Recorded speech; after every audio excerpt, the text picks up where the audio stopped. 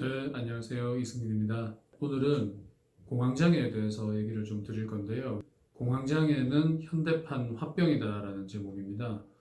여러분들 화병은 뭐 잘 들어보셔서 아실 텐데요. 뭐 이제 예전에 우리 어머니 세대들, 우리 며느리들이 시어머니한테 많이 구박받고 많이 힘들게 이제 지내서 화병 생겼다 이런 얘기를 많이 들어보셨죠. 아직도 뭐 많은 분들이 화병이 있으시지만 자기가 화병인지도 잘 모르고 치료도 제대로 받지 못하는 그런 경우가 많이 있는데요. 화병이라는 거는 뭐랄까요? 우리나라 유일한 어떤 질환으로 지금 뭐 학회에서도 공인되어 있는 그런 질환입니다. 그래서 영어로 WHA, 그래서 화병이라고 이제 코리아의 어떤 트레디셔널한 디지즈로 지금 이제 나름대로 인정을 받고 있는 병인데요.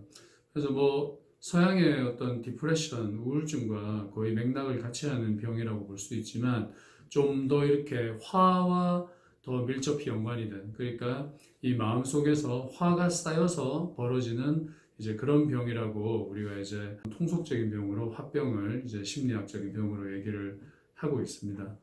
그리고 이제 공황장애에 대해서 얘기를 할 건데요. 이제 공황장애는 뭐 여러분들 많이 들어보셔서 아시겠지만 뭐 연예인 병이라고 하지만 이게 뭐 사실 연예인만 있는 것도 아니고 그냥 아주 많은 사람들이 요즘 호소하는 질환이죠. 뭐 저희 병원도 여기 직장인들이 많은 곳에 있지만은 뭐 오시는 분들의 거의 한 절반 정도가 공황장애 증세를 호소할 정도로 요즘은 아주 흔하게 벌어지는 증세입니다. 그래서 뭐 여러분들 뭐 겪어보신 분들도 많겠고 주변에 계시는 분도 많이 있겠지만은 뭐 가슴이 심하게 두근거린다, 숨이 차다, 뭐 어지럽다, 그리고 뭐 심한 경우에는 뭐 죽을 것 같은 어떤 공포를 호소하는 거죠. 그래서 뭐 어떤 분들이 병원에 처음 와서 가슴이 두근거리고 뭐 너무 죽을 것 같은 공포가 생겨서 응급실도 갔다 왔다 이런 얘기 들으면 저희는 아 이거 공황장애구나 하면서 속으로 그렇게 생각을 하는 건데요. 그래서 공황장애라는 게 요즘 그만큼 많이 흔해졌고 뭐 이렇게 자주 벌어지는 질환인데 제가 환자분들한테 설명을 할 때 공황장애가 현대판 화병이다 이런 얘기를 많이 합니다. 다시 말하면 화병이라는 것도 이제 속에 화가 쌓여서 그것이 어떤 우울증 같은 질병이 되는 거잖아요. 근데 공황장애라는 것이 물론 아주 드물게 뭐 10명에 한두 명 정도는 아무런 스트레스도 없고 아무런 문제가 없이 갑자기 증세가 생기는 그런 분들도 가끔 있긴 하지만 대부분의 분들은 어떤 심한 가정의 스트레스나 직장 스트레스나 여러 가지 어떤 문제들 때문에 어떤 그런 문제들이 누적되어서 생기는 경우가 많거든요. 근데 여러분들이 만약에 스트레스를 받으면 이 가슴속에 어떤 불안과 화나 뭐 이런 부분들이 많이 자리 잡게 될 텐데 문제는 이제 그런 어떤 감정들을 제대로 처리하지 못하고 이 감정이 계속 쌓이게 되면 그 쌓여있는 감정들이 제대로 분출되지 못해서 쌓여있는 감정들이 결국은 다른 누구도 아닌 나를 공격하게 되는 거죠. 그래서 이 해결되지 못한 불안, 분노, 우울과 같은 부정적인 감정이 다름 아닌 나 스스로를 공격해 올 때 그게 이제 바로 공황장애 증세가 되는 겁니다. 다시 말해서 뭐 가슴이 두근거리거나 뭐 숨이 차거나 뭐 머리가 어지럽거나 죽을 것 같은 공포를 느끼는 것은 어떤 부정적인 감정을 내가 제대로 분출하지 못해서 이 쌓여있는 부정적인 감정이 내 몸을 공격하는 게 이제 공황장애 증세라고 보면 되는 거죠. 근데 그 공황장애 증세들이 옛날에 우리 부모님의 화병 증세하고 거의 비슷해요. 그래서 화라는 감정이 제대로 분출되지 못하고 나 스스로를 공격하면 그게 화병이 되는 건데 공황장애 증세와 화병의 증세는 상당히 많이 닮아 있는 거죠. 예를 들어서 시집살이만 열심히 하는 며느리가 있는데 시어머니한테 뭐 하나 하소연도 못하고 화가 난다고 화도 못하고 남편은 그런 걸 들어주지도 않고 그러면은 그 속에 있는 화가 뭐 결국 내가 다 이걸 처리해야 되고 나만 이렇게 참고 살아야 되니까 그 참고 있는 그런 화들이 결국 쌓이고 쌓여서 나를 공격하면 그게 화병이 되는 거죠. 그래서 화병의 증세도 우울증의 증세와 비슷하고 또 공황장애 증세하고 비슷한데 그 화병이 생기는 메커니즘이 공황장애 메커니즘과 상당히 유사하다는 얘기죠. 그래서 공황장애가 있는 분들에게는 이제 당신은 옛날로 따지면 화병 같은 것들을 지금 가지고 있는 것이다 라고 얘기를 하는 거죠. 그래서 결국 여기서 중요한 것은 이 속에 있는 부정적인 감정을 어떻게 잘 해소할 것이냐가 중요한 문제가 되겠죠. 다시 말해서 공황장애라는 것이 불안, 분노, 우울과 같은 부정적인 감정을 제대로 처리하지 못해서 이 감정들이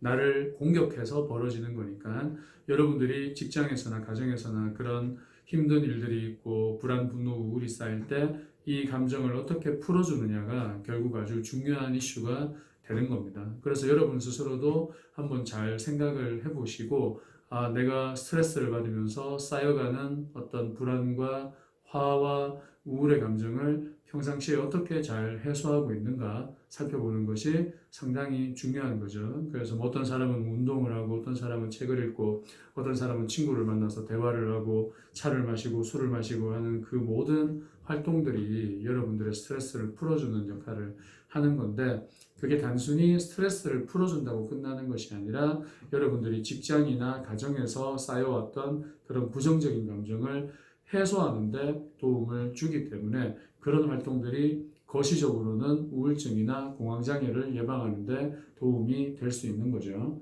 그리고 그렇게 간접적으로 스트레스를 해소하는 것도 물론 중요합니다만은 사실 제일 중요한 것은 그 감정을 직접 하소연하고 상대방에게 대화로서 표현하는 것이 제일 중요하다고 할 수 있겠죠. 뭐 남편에게 화가 나면 남편에게 감정을 호소하고 엄마한테 화가 나면 엄마한테 감정을 호소하는 것이 사실은 어디 가서 운동하거나 하는 것보다는 더 훨씬 나은 방법이 되겠죠. 그래서 여러분들의 화나 스트레스나 불안을 여러분들이 다른 것도 아닌 이 언어로 얼마나 잘 분출하고 있는가가 사실 심리적인 건강에서 가장 중요한 부분이 된다고 할 수 있겠습니다. 그래서 화병도 그렇고 공황장애도 마찬가지지만 그런 분들은 대체적으로 그런 감정을 언어로도 잘 표현할 수가 없고 행동으로 잘 풀 수도 없는 분들이 대체적으로 많이 생겨나는 거거든요. 그래서 여러분들도 거시적으로 공황장애를 예방을 하려면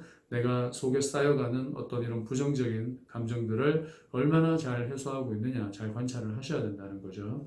물론 여러분들이 뭐 살면서 스트레스도 별로 없고 직장도 괜찮고 가정도 괜찮아서 나는 별로 스트레스 받는 게 없어 뭐 그렇게 생각하면 굳이 풀 일도 없겠죠. 그런데 대부분의 저 같은 사람들은 항상 스트레스를 받고 사는 거기 때문에 스트레스를 얼마나 잘 풀어주느냐는 것이 상당히 중요한 부분이라는 거죠. 그리고 사람들이 불안이나 화 같은 감정을 자기 스스로도 잘 모르는 경우가 많거든요. 다시 말해서 이게 내가 느끼는 감정이지만 나 스스로도 내가 어떤 감정을 느끼는지를 잘 모르는 경우도 상당히 많다는 얘기입니다. 다시 말해서 나는 스트레스를 별로 안 받고 있다고 생각하는데 공황장애가 생기거나 너무 잠을 못 자거나 하면은 내가 정말 스트레스를 안 받고 있는 건가? 그거에 대해서 한번 의구심을 가져볼 필요도 있는 거죠. 다시 말해서 나는 감정은 괜찮지만 내 몸에서 뭔가 문제가 벌어지고 있다면 내가 생각보다 스트레스를 적지 않게 받고 있을 가능성도 있겠구나. 그런 부분들을 생각을 해 봐야 된다는 겁니다. 그래서 물론 뭐 불면증도 그런 대표적인 증상이 되겠지만 우리가 스트레스가 몸으로 나타나는 가장 대표적인 증세가 바로 공황장애가 되는 거기 때문에 그래서 여러분들이 공황장애와 비슷한 증상이 있으면 내가 스트레스를 얼마나 잘 해소하고 얼마나 잘 표현하면서 살고 있느냐를 항상 잘 관찰하도록 그렇게 하셔야 되는 거고요. 여러분들 주변에도 공황장애와 비슷한 증상이 있는 분들이 있다면 감정을 얼마나 잘 표현하면서 해소하면서 살고 있는지를 잘 관찰을 하셔야 된다는 얘기입니다. 그래서 부모님들 세대에서도 뭐 물론 화병도 많이 생기지만 부모님들 세대에서도 뭐 공황장애 같은 증세들이 많이 생길 수도 있거든요. 그래서 보통은 공황장애가 뭐 20대부터 30대, 40대 이런 젊은 분들이 보통 많이 발생을 하지만 드물게는 60, 70대 분들에게도 비슷한 증세가 생길 수가 있습니다. 근데 그것은 이제 아까 말씀드렸듯이 화병과 어떻게 보면 비슷한 어떤 기전으로 생겨난다고 봐야 될 것 같고요. 그래서 부모님들이 화가 쌓일 만한 일들이 뭐 어떤 것들이 있는지 한번 잘 살펴보시도록 하셔야 되고 어르신들일수록 자기 감정에 대해서 되게 둔감한 부분들이 더 많거든요. 젊은 사람들은 내가 우울한지 불안한지 화가 나는지를 그래도 비교적 잘 캐치하고 있는 경우가 많은데 어르신들은 감정이 어떤지 잘 민감하게 못 이제 느끼는 경우가 많아서 내가 우울증인데도 내가 우울증이 아닌 것처럼 뭐 불안하지도 않고 화가 나지도 않는 왜냐하면 그런 감정이 너무 만성적으로 있어 왔기 때문에